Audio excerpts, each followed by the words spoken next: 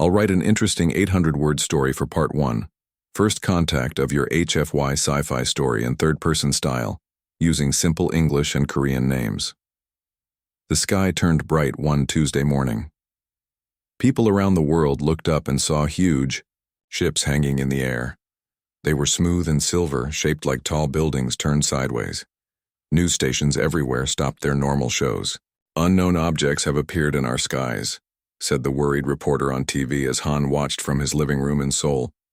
Dr. Subin Kim was eating breakfast when her phone rang. "Doctor, you need to come in now," said the voice of her boss. Subin worked for the Global Space Agency as their top language expert. She grabbed her coat and ran out the door. At the Space Agency building, people rushed around in panic. Screens on the walls showed the alien ships over major cities. Subin found her team already working. "They're sending us a message," said Jinho, her assistant. "It's coming through on all frequencies." The message played in a strange, flat voice. "People of Earth, we are the Galactic Federation. We control 300 star systems. Your planet is now under our protection. Your leaders must agree to our terms within 30 Earth days." President Dae-hyun Lee called an emergency meeting with leaders from around the world. "We need to understand what they want before we decide anything," he said. Dr. Subin Kim was asked to lead the first contact team. She chose 5 other experts to help her. Minho, technology; Yuna, biology; June, military; Youngmi, culture; and Sangho, politics. 3 days later, the aliens agreed to a meeting. A small ship landed in a field outside Geneva. Subin's heart beat fast as she walked toward it with her team. The door of the ship opened. 3 tall beings stepped out.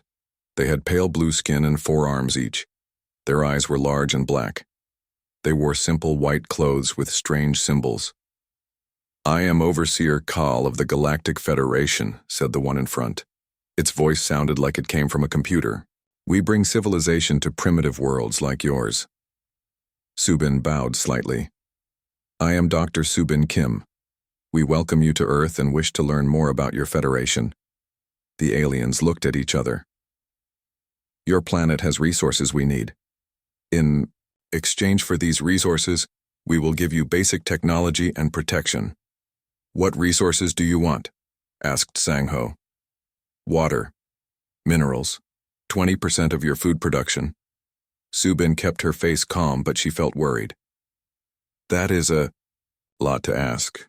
Our people need these things to live." The alien made a sharp sound like a laugh. "You have no choice. The Federation is far more powerful than your world. We have conquered planets much stronger than Earth." For 6 hours, they talked. The aliens showed no interest in working together as equals. They wanted Earth to join as a lower member, with few rights. Subin and her team returned to the emergency command center. "They see us as primitive," she told the world leaders. "They believe we will give in because we are afraid." President Lee frowned. "What can we do? Their ships are far more advanced than anything we have." "But they don't understand humans," said Subin. "They think we are simple and will follow orders. They don't know about our history, our fights for freedom." The world leaders debated all night. Some wanted to give in. Others wanted to fight right away. In the morning, they made their decision. President Lee delivered their answer through a video call to the alien ship. "We thank the Galactic Federation for their offer," he said calmly. "Earth needs time to consider. We request more information about your terms." The alien leader seemed pleased. "You have 30 days to prepare your planet for membership. We will return then for your formal acceptance." After the call ended, President Lee turned to Subin. "Will your team be ready?" Subin nodded.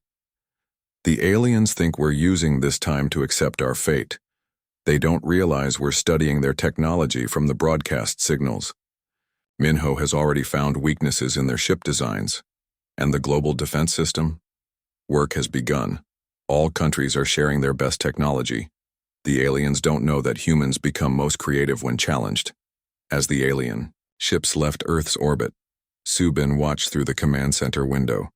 She knew the Federation thought they had won already. They expected to return in a month to a scared, submissive planet. They have no idea what humans are capable of, she whispered. They chose the wrong planet to bully. The 30 days after the aliens left seemed to fly by. Nations that once fought each other now worked together with a common purpose.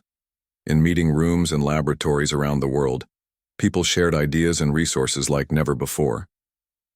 Dr. Do-Yun Kang barely slept. As Earth's top physicist, he led a team of scientists studying the alien broadcasts. "Look at this pattern," he said, pointing to lines on a screen. His assistant, Mi-sun, leaned closer.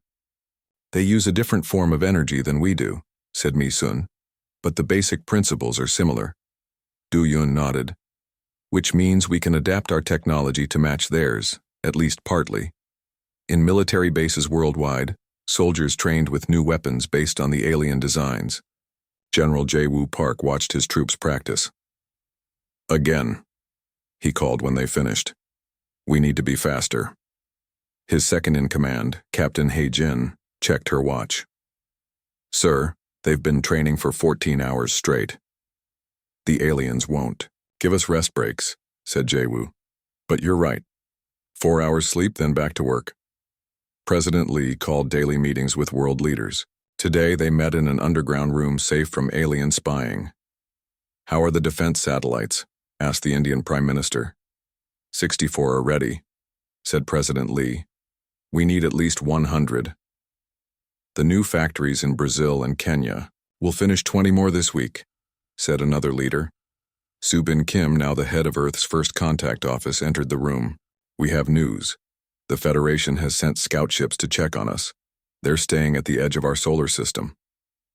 "What are they doing?" asked President Lee. "Just watching for now. They expect to see a planet preparing to surrender. And what?" "Will they actually see?" Subin smiled slightly. "On the surface, exactly that. Our public broadcasts show people discussing the benefits of joining the Federation. Meanwhile, everything important happens underground or behind signal blockers." His lab deep below the Rocky Mountains, Do-Yun made a breakthrough. He called Mi-sun over to his computer. "I found a weakness in their shield technology. It can't block certain frequencies." Mi-sun's eyes widened. "Can we use that?" "Yes. We can send targeted pulses through their shields. Not enough to destroy their ships, but enough to disrupt their systems temporarily. Word of the discovery."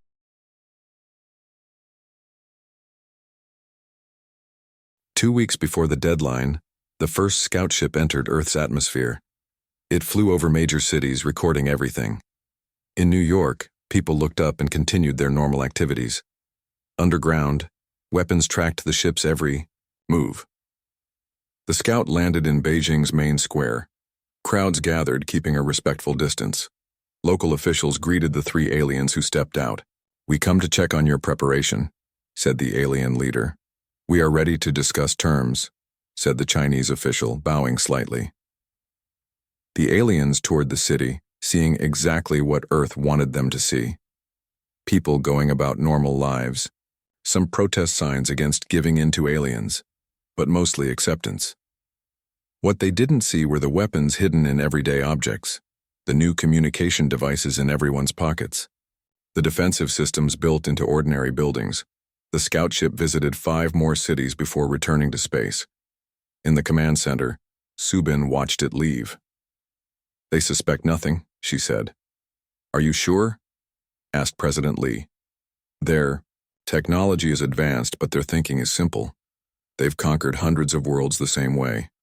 They don't expect anything different from us." 3 days before the deadline, Earth was ready. The defense satellites formed a hidden network around the planet. New weapons waited in cities and rural areas alike. Every person knew what to do when the signal came. Do-Yun looked at the final test results. "It might be enough," he said quietly. "And if it's not?" asked Mi-sun. "Then we improvise. That's what humans do best." The night before the Federation's return, Subin couldn't sleep. She stood on the roof of the command center. "Looking at the stars, nervous?" asked a voice behind her. It was President Lee. Yes, she admitted, but also strangely calm. They think they know what we are. They have no idea. Tomorrow will change everything, said the president. Either way, Subin nodded. The Federation has never faced a species like ours. They expect us to follow their rules. They don't understand that humanity's greatest strength is breaking rules and finding new ways. As dawn broke, radar stations detected the Federation fleet entering the solar system. This time, there were 20 ships, not just 3. They're coming to collect what they think is already theirs, said Subin. They're about to get the surprise of their lives. The 20 Federation ships filled Earth's skies, their massive hulls blocking the sun in major cities. The lead ship broadcast a message to every device on the planet. Your time has ended. The Galactic Federation now claims Earth. Surrender your resources and accept our rule. Commander Jiho Lee stood on the bridge of the ESS Phoenix, Earth's first space battleship hidden behind the moon. Built in the past month using adapted alien technology, it was small compared to the Federation ships, but packed with innovations. All systems ready, reported his second-in-command, Yuna. Remember the plan, said Jiho. We don't need to win. We just need to surprise them. The Federation started landing troops outside major cities. Tall blue aliens in sleek armor carried weapons that glowed with strange energy. They marched in perfect lines, expecting no resistance. At the Sol landing zone, the alien commander spoke through a translator device. Bring us to your leaders. We will explain how your world will now operate. No one responded. The streets were empty. The alien commander frowned. Scan for life forms. A soldier checked a device. Many humans nearby, Commander. They appear to be waiting. Waiting for what? That's when the first attack came. Not with guns or bombs, but with sound. Hidden speakers around the landing zone activated, sending precise frequencies that made the aliens' equipment malfunction. Their translator devices shrieked with feedback. Their weapons flickered. Similar scenes played out at landing zones worldwide. The aliens' carefully planned invasion faltered as their technology failed in unexpected ways. In orbit, Commander Jiho gave the order. Launch now. The Phoenix and 5 smaller ships emerged from behind the moon, heading straight for the Federation fleet. The alien ships, designed to intimidate rather than fight equals, were slow to respond. They're activating weapons, said Yuna. Now, ordered Jiho. The Earth ships fired not bullets or missiles but targeted energy pulses, the discovery Dr. Do-Yun had made. The pulses slipped through the alien shields, disrupting their power systems. 3 Federation ships drifted, their lights flickering. The others turned to attack, but the Earth vessels were already changing position, using the moon's gravity to slingshot to new angles. On the ground, humans emerged from hiding places. They wore simple clothes but carried devices built from the aliens' own technology. Farmers, teachers, and office workers became soldiers, following plans they had practiced for weeks. In New York, a group led by firefighter Sun Ho surrounded a confused alien squad. We surrender, Sun Ho called, hands raised. As the aliens approached, the humans activated personal shield devices, another adaptation of Federation technology. The aliens fired, but their weapons couldn't penetrate the shields. Sun Ho and his team then used sonic disruptors, non-lethal weapons that sent the aliens collapsing to the ground, their sensitive hearing overwhelmed. In the Federation command ship, Overseer Kahl received disturbing reports. Impossible, he said. These primitives cannot have such technology. His advisor looked worried. Yet they do. Our landing parties report humans using versions of our own weapons against us. How? We showed them nothing of our technology. They figured it out from our broadcast signals and brief observations. Kyle slammed his 4 hands on the control panel. No primitive species learns that quickly. On the Phoenix, Jiho received a transmission. Commander, this is President Lee. The ground forces have secured 3 landing zones. The aliens are retreating at 2 others. Good. We've disabled 5 of their ships. The others are regrouping. Can you hold them? Jiho looked at his crew.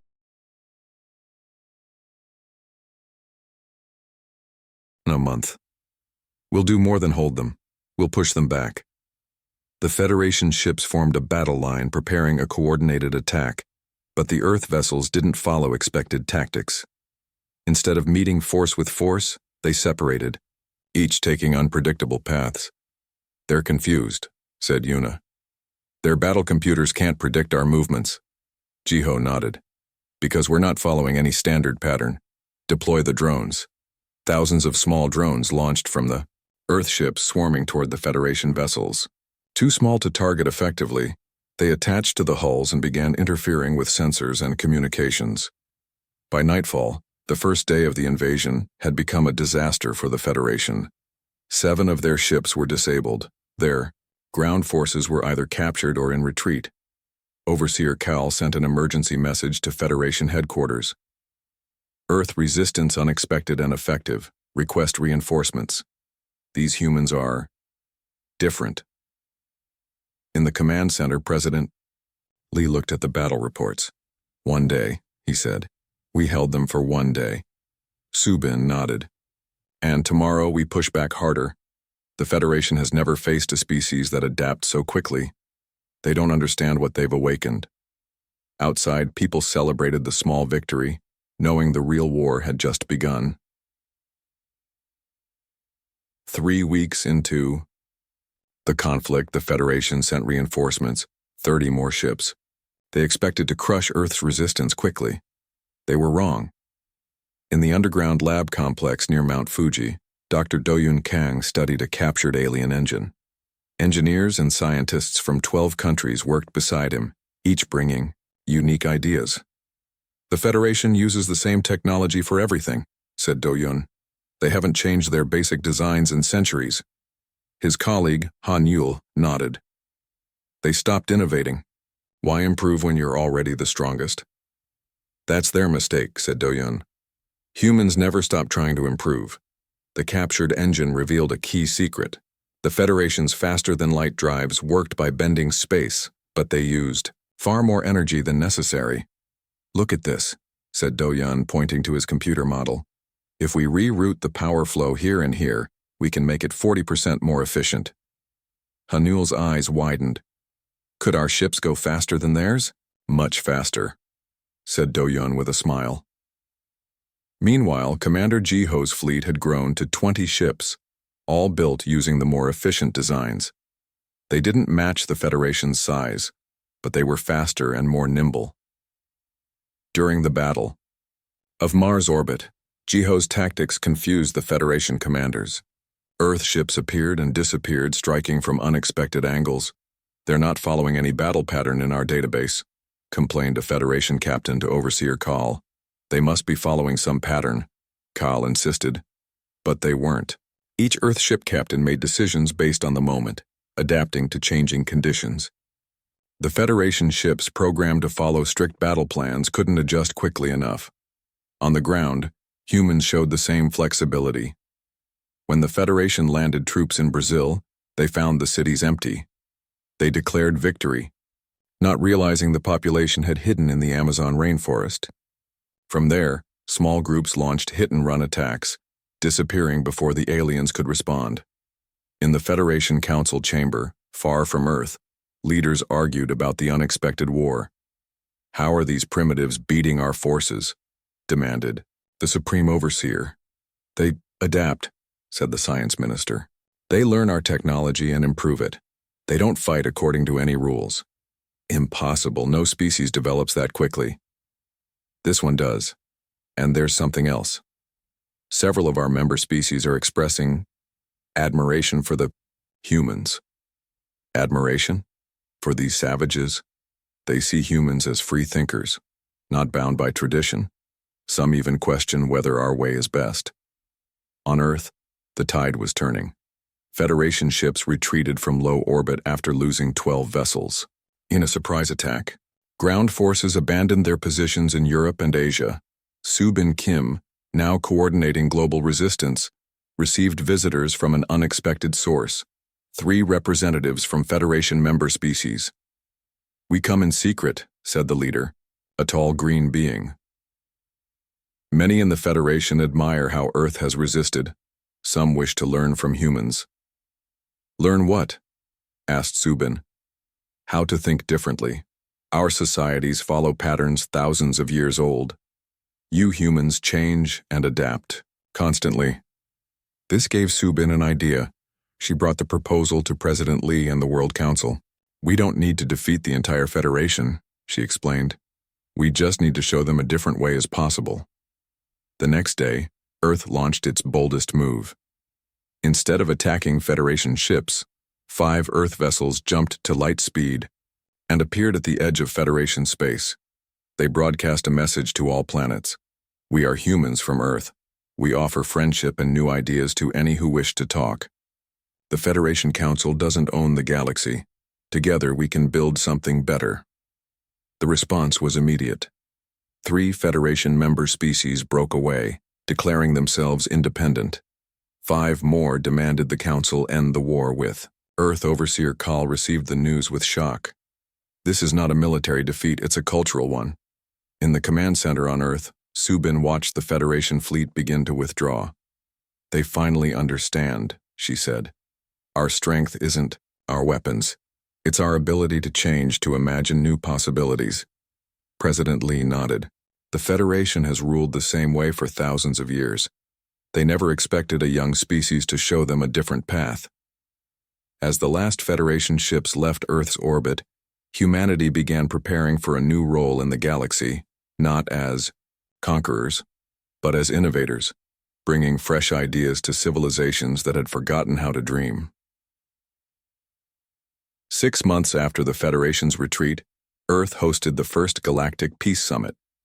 Representatives from over 50 worlds gathered in the New Space Conference Center in Singapore.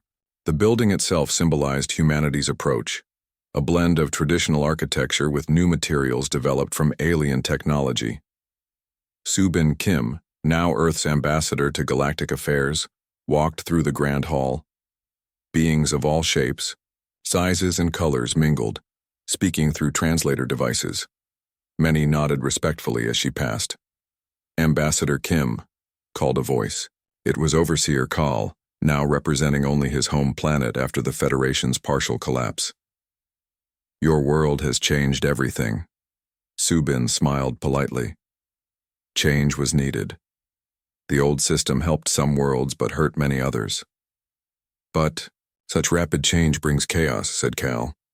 His 4 hands moved nervously. "The Federation maintained order for 10,000 years. Order without growth is stagnation," replied Subin. "Look around you. These species are talking to each other as equals for the first time." In the center of the hall stood an unusual monument, a piece of a Federation warship merged with parts from Earth's defenders, transformed into a beautiful sculpture. It represented the new approach, taking the best of old and new to create something better. President Lee opened the summit with a simple speech. "We gather not as rulers and subjects, but as neighbors in the same galaxy. Earth doesn't seek to replace the Federation's control with our own. We seek partnership." The days that followed were filled with intense discussions. Some worlds wanted to maintain parts of the old system. Others wanted to throw everything away and start fresh. Humanity's representatives often served as mediators, finding middle ground. Dr. Do Yun Kang led the technology exchange program. "We've improved the efficiency of faster-than-light travel by 70%, he explained to a group of alien scientists. "But we need your knowledge of long-term space habitation."